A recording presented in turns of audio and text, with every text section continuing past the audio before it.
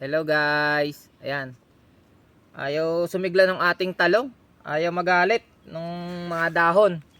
Ayan. Parang nababagalan tayo sa paglaki niya.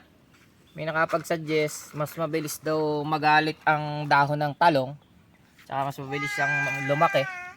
At lalong tuwid na tuwid yung bunga niya. Ito gagawin natin. Magtatanim tayo ng mani. Ayan.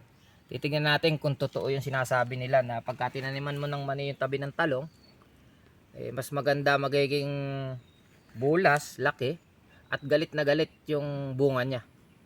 Ayan po. Ayan. Dapat ang tanim natin hindi kalaliman. Medyo babaw lang. Ayan. Taniman lang natin yung mga dulo-dulo. Kasi may bakante naman. Pwede naman siya. Ayan. Taniman lang natin yan. Siguraduhin natin. Ayan, 3. Maganda pa na may lupa niya. Basak.